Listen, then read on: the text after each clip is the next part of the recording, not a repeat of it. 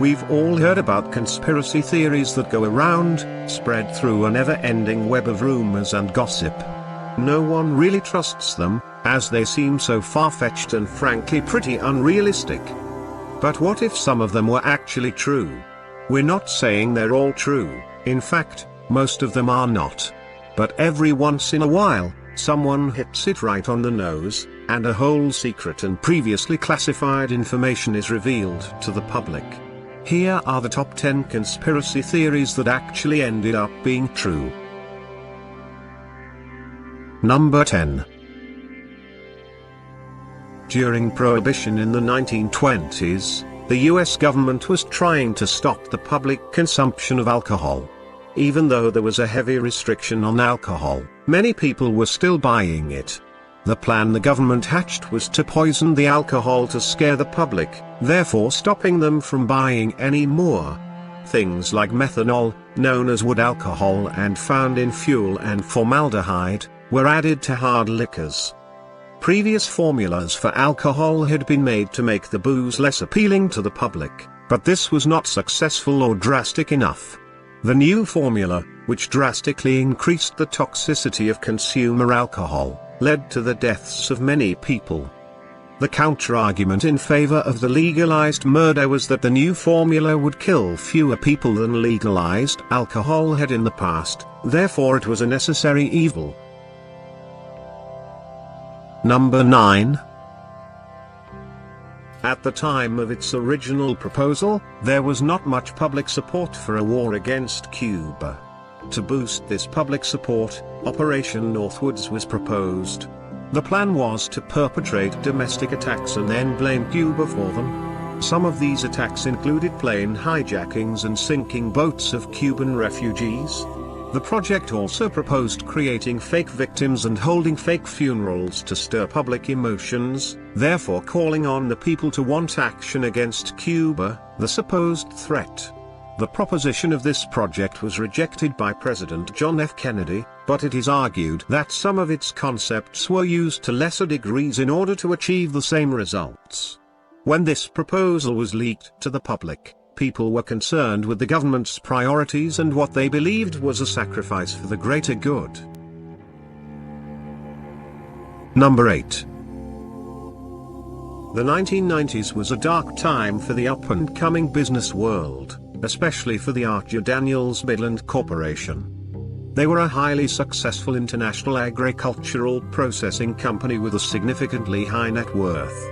Because of their high position in the industrial world, it was shocking when they pleaded guilty to fixing the price of lysine to boost profit. Lysine is an additive used in animal feed, which was a high market for the agricultural industry. The corporation leaders faced fines and jail time as their sentencing. It's instances like these make people question how much of our daily lives are altered by big corporations. The Informant was a movie that based its plot off of this scandal and generated a lot of talk about the power dynamic between industry and consumers. Number 7. In October 1919, during his second term in office, President Woodrow Wilson suffered a stroke that had serious effects on his abilities to continue as president. The US government did not want to scare the public so far into his presidential term, so they decided that since there wasn't that much time left in his presidency, Wilson could continue his role, and the public would not know about his medical issues. This meant that his wife, Edith Wilson, made most presidential decisions for the remainder of the term. After his time in office was over, they released a statement confirming Wilson's stroke and his wife's role in presidential matters. To avoid public scrutiny, Edith Wilson described her position as overseeing which issues of importance were seen by her husband. Number 6. We all learned about the assassination of President Lincoln back in school and how John Wilkes Booth shot him at Ford's Theater. That may seem like the start and end of the entire story, but in fact, there was actually a much larger group of co-conspirators who assisted in carrying out the plan as well as helping Booth in hiding from federal government officials. At first, it was unknown that Lincoln's murder was the product of a conspiracy, as opposed to Booth acting independently. It was actually a meticulously strategized plan that involved many people and aspects. Among the people involved was Mary Surratt, who owned the house where the conspirators all met to discuss their treasonous plans. She was the first female to be executed by the US government, stirring up a lot of controversies herself. In total, about 10 people were part of the group and had specific jobs, including transporting Booth and planning to assassinate other figures of the government, including the Secretary of State and the Vice President.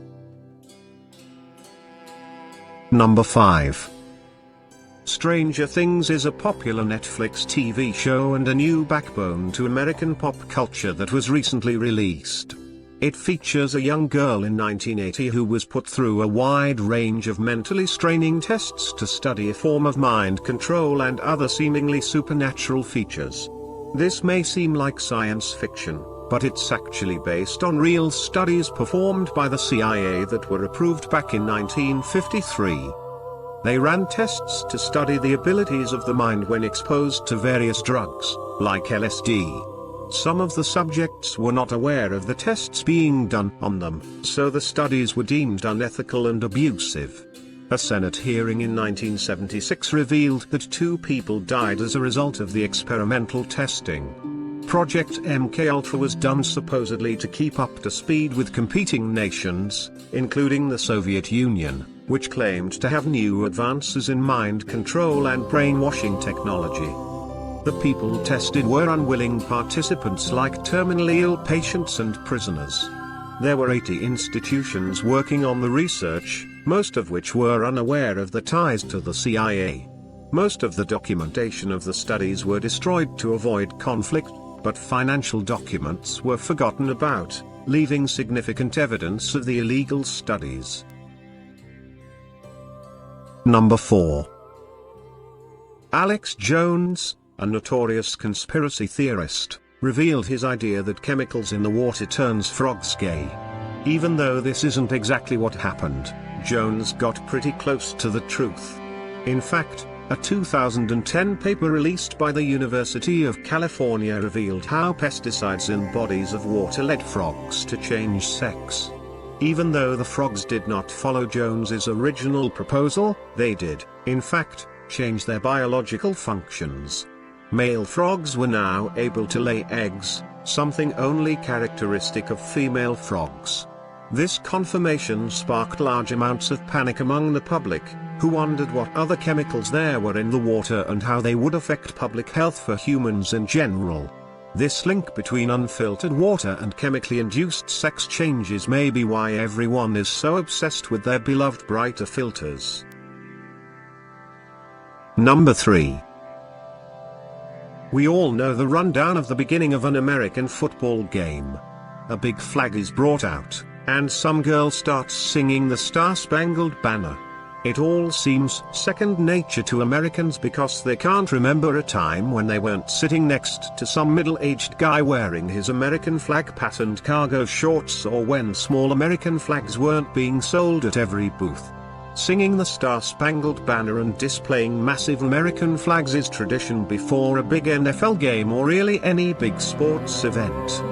These massive patriotic acts were really funded by the Department of Defense.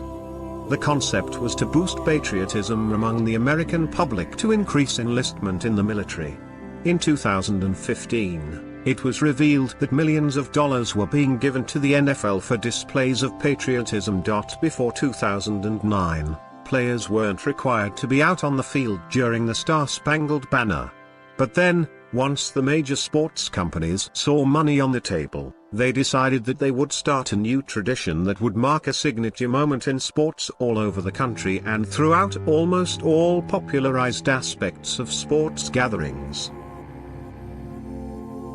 Number 2. John Lennon's influence in the music industry was revolutionary, maybe a little too revolutionary for the Nixon administration's liking.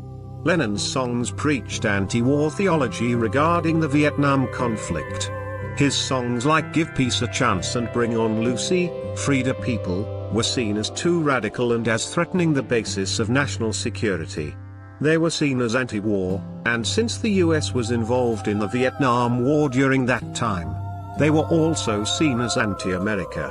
When Lennon came to New York on a visa, he was immediately put under FBI surveillance to ensure that no funny business was going on. Lennon met up with a group of anti-war enthusiasts and was seen as even more of a threat to national security. A year after his arrival, Immigration and Naturalization tried to deport him. Although their attempts were unsuccessful, Lennon continued to be investigated. Because of the popularity and public nature of the government's suspicion, many documentaries and articles were written regarding the complication and seriousness of the issue. Interviews were conducted with people close to Lennon, including Yoko Ono, Angela Davis, and Gore Vidal. They were asked about their opinions on the situation and how Lennon's career changed because of it. Number 1. Don't let the name fool you, there's nothing sunny about this research assignment. Project Sunshine was a government-run research study due in the 1950s where samples of recently deceased babies and children were taken for government testing. These samples were used to study the effects of nuclear radiation. The thing is, parents of these kids did not consent to these testings, so they wouldn't know what had happened until they saw their deceased baby was missing a leg. These body snatches were not only for young children, though.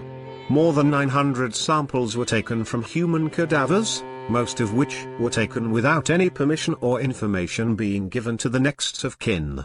President Clinton made sure that the description of the project was no longer kept secret, so the files were revealed to the public, accepting the fact that the contents were unethical.